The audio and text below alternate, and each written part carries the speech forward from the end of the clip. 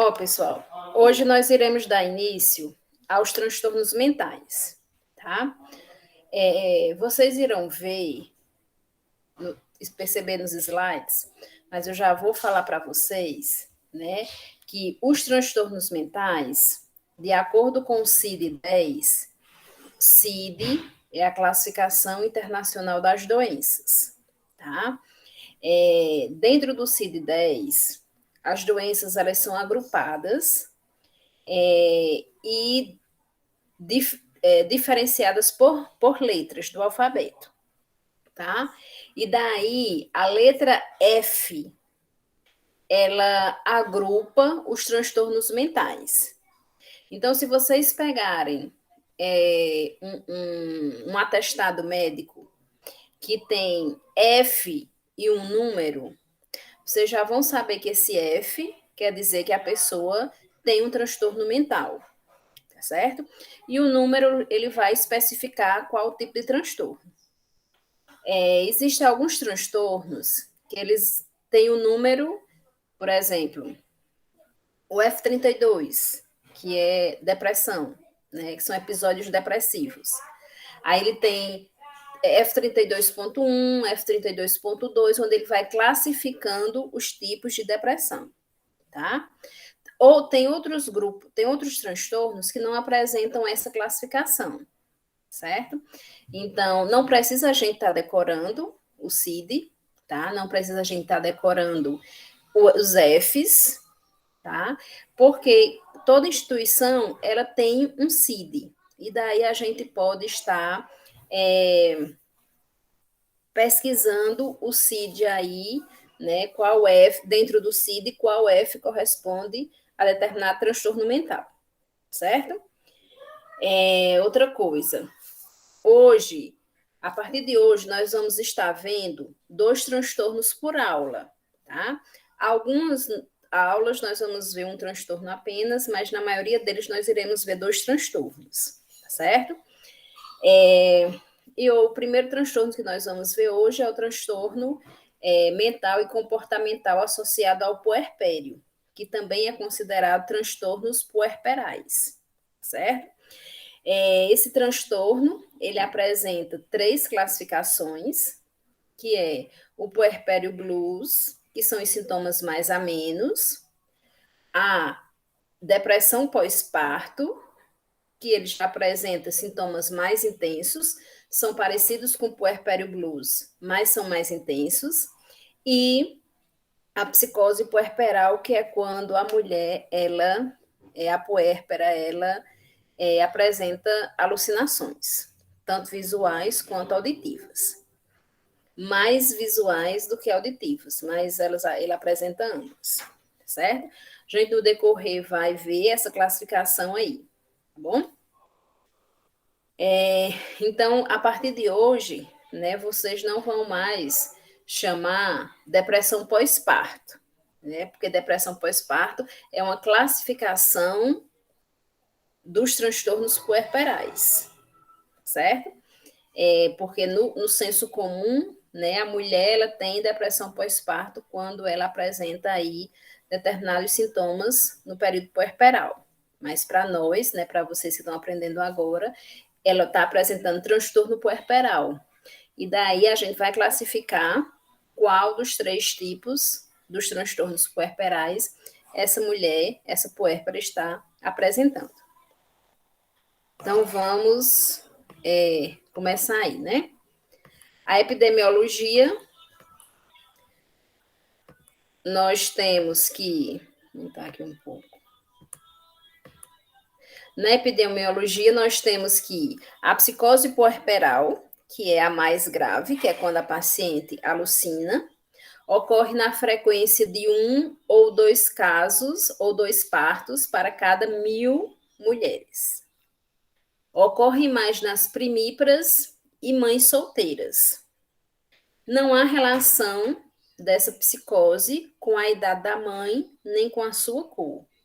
E pacientes com transtorno bipolar ou pacientes que tiveram psicose no parto anterior devem tomar medidas preventivas. Então, pessoal, vocês vão ver que sempre que a gente for falar nesses transtornos, nós vamos relacionar lá com os fatores influenciadores, com os fatores determinantes. Então, vocês vejam, né, a questão social, que muitas vezes leva, e a econômica, né, ou seja, os fatores ambientais, sociais e econômicos, que muitas vezes leva as mulheres a apresentarem um parto mais, como é que eu posso dizer, com mais conflitos, né? O parto, a gestação em si, a gente já sabe que já traz conflitos na vida da mulher, né? Pela questão própria hormonal.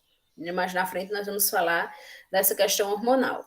Mas veja que a questão ambiental, a questão social, a questão econômica, ela também vai entrar aí como um fator de risco, vai entrar aí dentro da epidemiologia, para que essa mulher possa ser mais predisposta a desenvolver os transtornos puerperais, tá?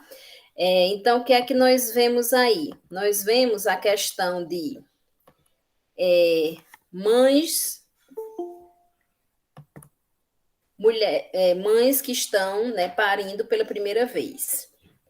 A questão social no sentido de ela estar sozinha, ela é mãe solteira, ela é jovem, né, adolescente, financeiramente eles não têm recursos para sustentar esse filho, tá? E daí vem todas essas questões sociais que implicam aí na questão do social, psicológica dessa gestante e dessa puérpera. A etiologia da depressão puerperal ainda não é completamente conhecida, mas acredita-se que, além dos fatores de risco anteriormente mencionados, que nós falamos, né, fatores hormonais e hereditários também estejam envolvidos, né? A mulher, ela sofre, né, dessas alterações hormonais durante, né, a sua vida, né? Desde aí a primeira menstruação, onde ela já começa a enfrentar essas intensidades, esses altos, essas alterações do humor, né? A questão de medos, a questão de mudança de comportamento. Isso vem ligado aí à questão hormonal. Durante o período gestacional, a mulher ela também vai sofrer essa intensidade de sintomas devido ao fator hormonal, tá? Então, você veja que dentro do próprio, né, dentro da própria fisiologia da mulher, ela já vem passando por todo essa alteração do humor, tá? E do comportamento. Na gestação, os níveis de estrogênio e progesterona são superiores àqueles vistos nas mulheres fora do período gestacional. E esse fator pode estar envolvido nas alterações do humor que ocorrem nessa fase. Então, muitas mulheres passam por essas fases, seja na fase menstrual, seja na gestacional, seja na menopausa, sem apresentar muitas alterações, e tem outras que apresentam alterações intensas, tá? Onde muitas vezes requer um acompanhamento psicológico nessa gestação aí, né? Nós até já tínhamos falado nisso, na questão do pré-natal, ele também ser, né, visto por nós enfermeiros na questão psicológica. E muitas vezes, se necessário, encaminhar essa gestante para um acompanhamento psicológico, tá? A queda brusca desses hormônios no pós-parto estaria envolvida na etiologia da depressão pós-parto.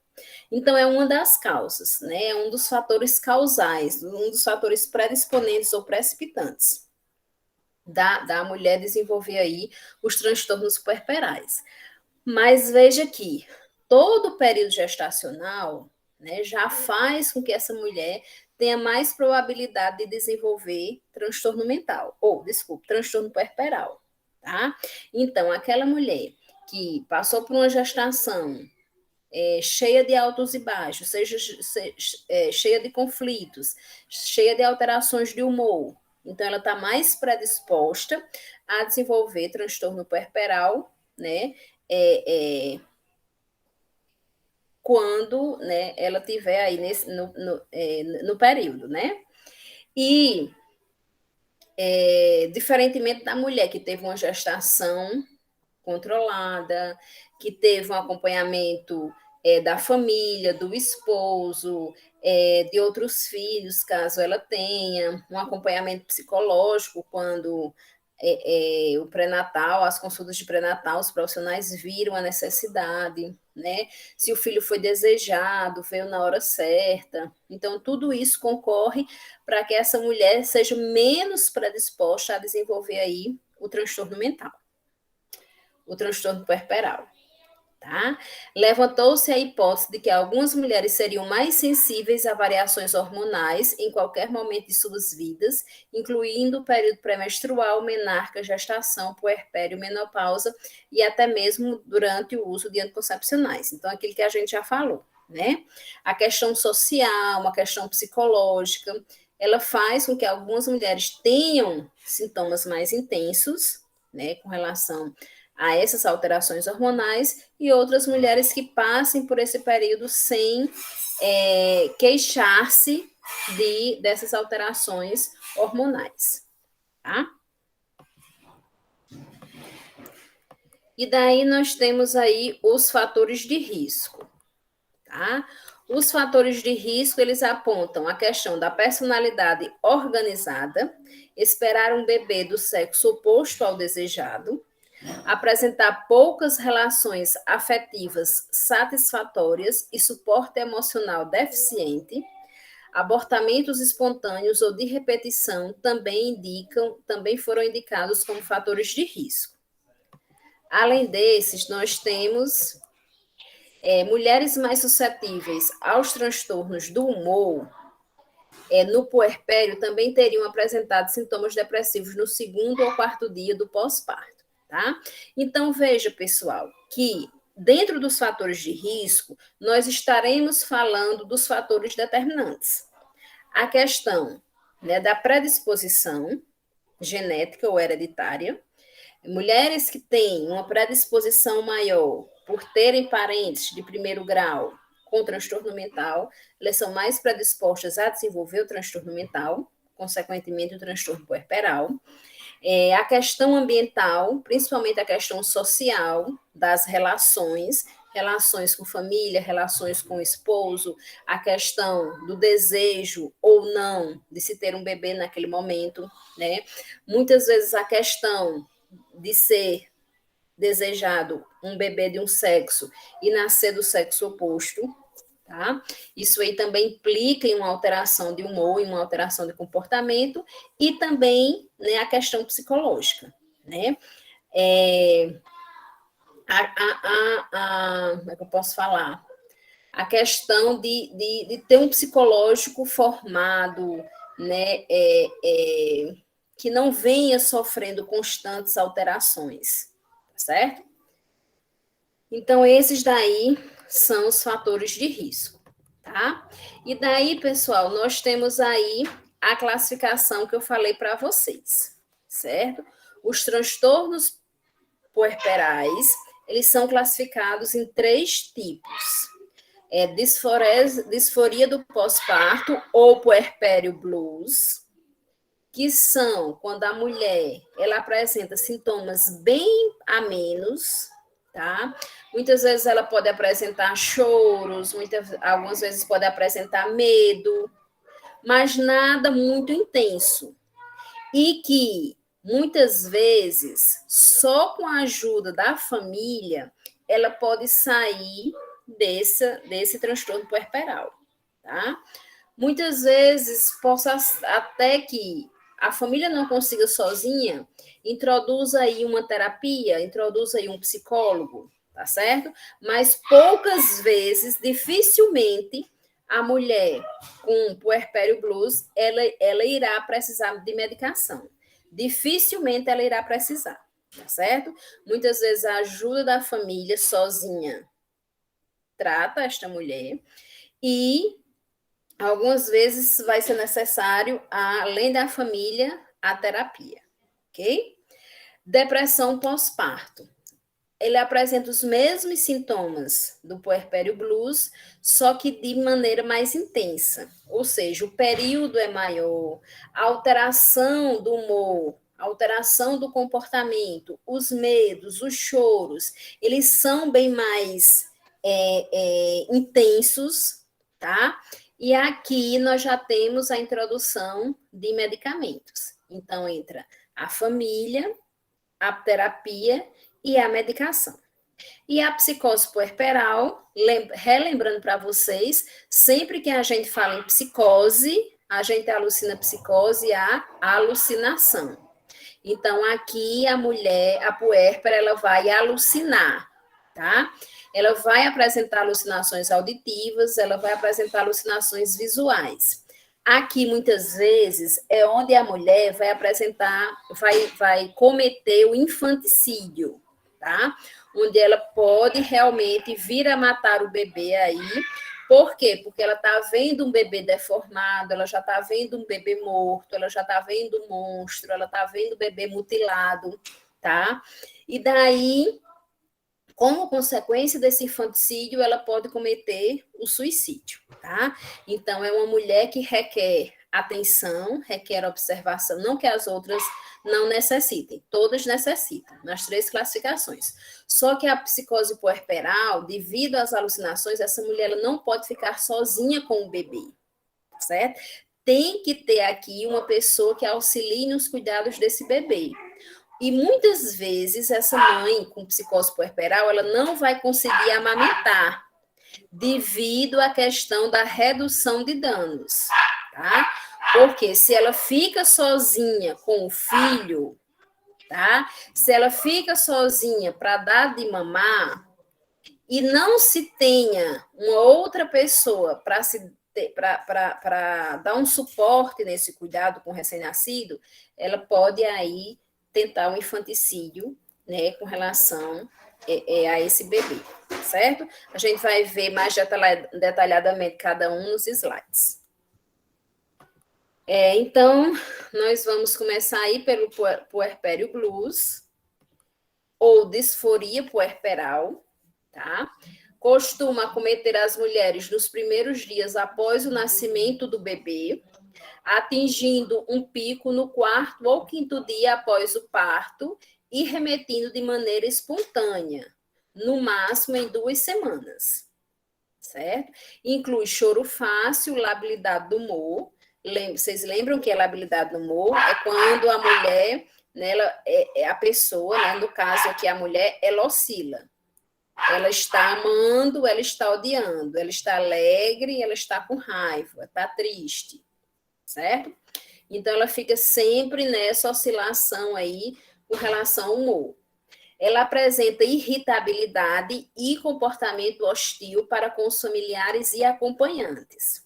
Veja, essa irritabilidade e esse comportamento hostil para com os familiares e o acompanhante muitas vezes quando os familiares e o próprio acompanhante ignora o choro fácil e as alterações do humor, tá? Quando eles ignoram no sentido de, não sei para que tá chorando, não há necessidade de choro, tá? Porque está com raiva, porque está triste, seu filho nasceu, seu filho está bem, certo? E na realidade, nós não podemos ir contra os sentimentos que ela está, né, manifestando, tá? Nós vamos apoiá-la no sentido de, né, o bebê está bem, tá? Vamos cuidar direitinho, no sentido de apoio, certo? Não de ir contra, de achar que isso é besteira, de achar que a mulher não está necessitando estar está apresentando labilidade do humor ou estar chorando, que na realidade isso não depende dela, tá? A mente dela está projetando isso e daí ela está apresentando o choro e a alteração do humor, ok? Então, essa irritabilidade, esse comportamento hostil, ele só surge quando a mulher ela é ignorada com relação ao seu parceiro, com relação à sua família, né? Com relação aí aos seus sintomas, ok? Se ela recebe o apoio, se ela recebe a conversa, se ela vê que ela está sendo acolhida, muitas vezes essa irritabilidade, esse comportamento hostil não vai necessitar, não vai aparecer, certo? Eu tive, né, um testemunho aí, né? Eu tive depressão, transtorno puerperal, tipo puerpério blues, tá? Na minha primeira gestação. Minha primeira gestação foi bem tranquila, né? Trabalhei muito, mas tirando o trabalho demais, o restante foi bem tranquilo, né? E assim, meu filho foi desejado, né? Para mim, tanto fazia o sexo, nunca fui de escolher sexo, mas assim, ele foi muito desejado, certo? E foi muito esperado, foi muito querido. Mas eu apresentei com 3 dias que ele nasceu, eu apresentei o Puerpério Blues. E, pessoal, é muito, né? É muito assim, intrigante, a gente fica imaginando, né, como a nossa mente manipula todos nós, né? Porque assim, eu passava o período da manhã, eu passei 5 dias com esses sintomas, tá? Então eu passava o período da manhã bem, tá? Mas quando chegava à tarde, no período entre 2, 3 horas da tarde, eu começava a chorar. E era assim um choro sem motivo. Eu não tinha um motivo para chorar. Então eu só chorava. E se o meu filho tivesse dormindo, eu não queria que ele acordasse. Eu queria que ele ficasse dormindo. Porque eu tinha medo dele acordar e eu não saber cuidar dele. Né? Só que quando ele acordava, eu cuidava dele tranquilamente, certo? Mas aí, né, minha família viu, percebeu, e meu esposo, e daí sempre que chegava esse período assim, depois do almoço, lá em casa enchia de gente, né, para não dar espaço para ocupar minha mente para que eu não chorasse, né? Mas assim, é incrível como assim, é um choro que eu não vi um motivo, só sentia muita vontade de chorar e sentia muito medo dele acordar, tá? Mas aí mas depois dos 5 dias sumiu e não senti mais nada, graças a Deus, tá certo? Tranquilo, pessoal? Então, muitas vezes, com o apoio da família, essa classificação do transtorno puerperal, ela pode sumir, tá? E muitas vezes possa ser que precise de terapia, não mais do que isso, certo?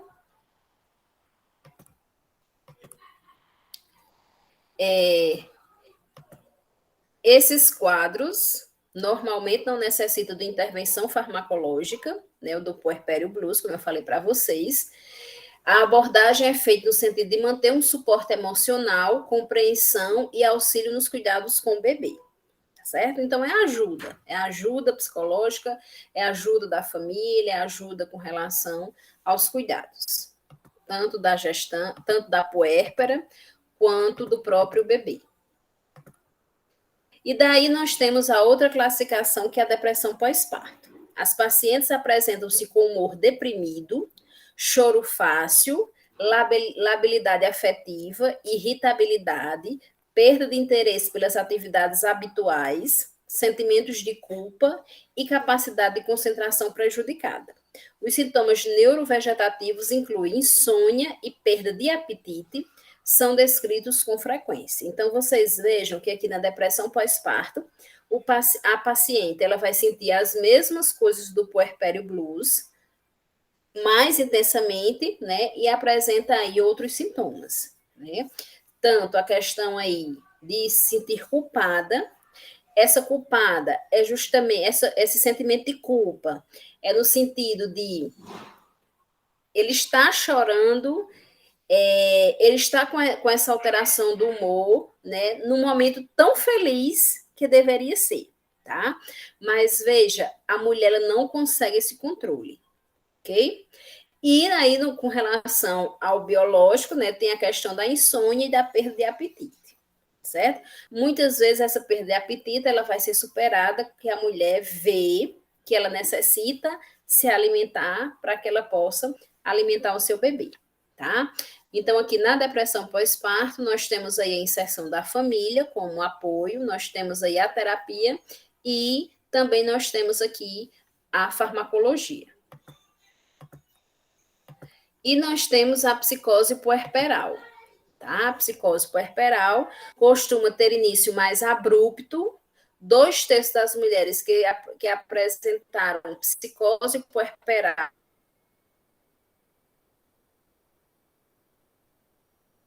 iniciaram sintomatologia nas 2 primeiras semanas após o nascimento de seus filhos. Descreve-se um quadro com presença de delírios, alucinações e estado confusional. Tá? Então, a mulher realmente ela apresenta confusão.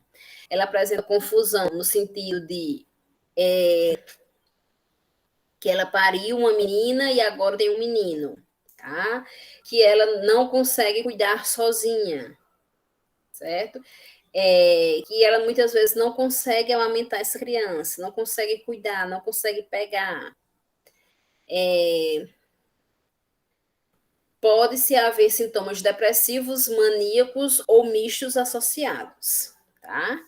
Então, a mulher ela pode apresentar aqui a bipolaridade dentro do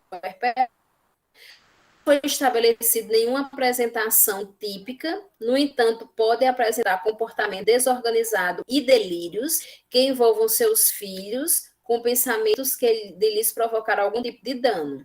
Apesar do suicídio ser raro, o período puerperal em geral, a incidência deste nas pacientes com transtornos psicóticos, nesse período é alta, necessitando muitas vezes de intervenção hospitalar por esse motivo, bem como de risco de infanticídio, tá? Então, pessoal, aqui a mulher, né, se ela comete infanticídio, é porque ela está vendo o bebê ou já morto, ou monstro, ou bebê deformado, certo? E, no caso, né, aqui, logicamente, que entra a família, né, o tratamento aqui entra a família, entra a terapia e entra a farmacologia, né? E em caso específico do infanticídio, essa mulher, né, ela não vai ser condenada, não vai para um presídio normal, num presídio comum, por ter matado o filho, né? Na verdade, se houver um diagnóstico aí de psicose puerperal, tá? Ela vai ser tratada numa clínica de reabilitação, ok? Caso não haja um infanticídio, mas a mãe verbalize que vai matar o filho, porque o filho já está morto, ela vai enterrar, tá? Essa mãe ela tem que ser afastada da criança, tá? Então, essa criança ela vai ser cuidada por uma pessoa da família, né? Logicamente que, de preferência, que a mãe, de vez em quando, vá ver esse bebê, tá? Ele não vai amamentar, porque é um risco para ele, certo? Então, ele não vai mamar, tá? E, assim, os sintomas sendo amenizados, essa mãe vai tendo oportunidade de cuidar do seu bebê, mas sempre sob vigilância de outra pessoa, sempre sob supervisão, tá? Nunca sozinha.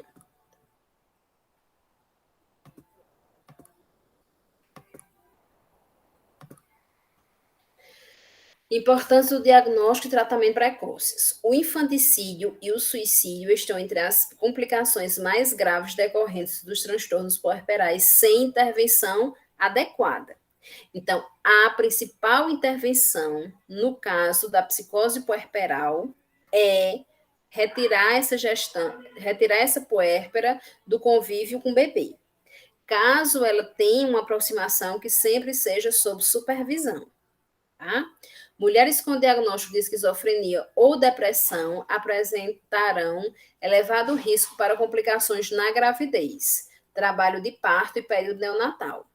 Entre essas complicações, há anormalidades placentárias, hemorrágicas e sofrimento fetal.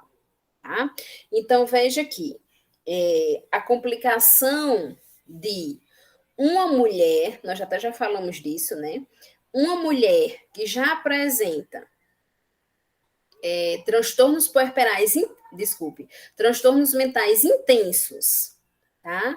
Se ela engravida, então vem toda uma complicação, tanto psicológica quanto física, né? Como aí anormalias placentárias, hemorragia, sofrimento fetal, certo? Então, sempre a gente tem que fazer a política de redução de danos, que é não é, é, é, não deixar, né, que essa mulher engravide. Orientá-la para não gravidez, orientar a família para que ela não engravide. É, orientar a questão do uso de preservativos, né, de anticoncepcionais, tá? Tranquilo, pessoal, com relação aos transtornos puerperais?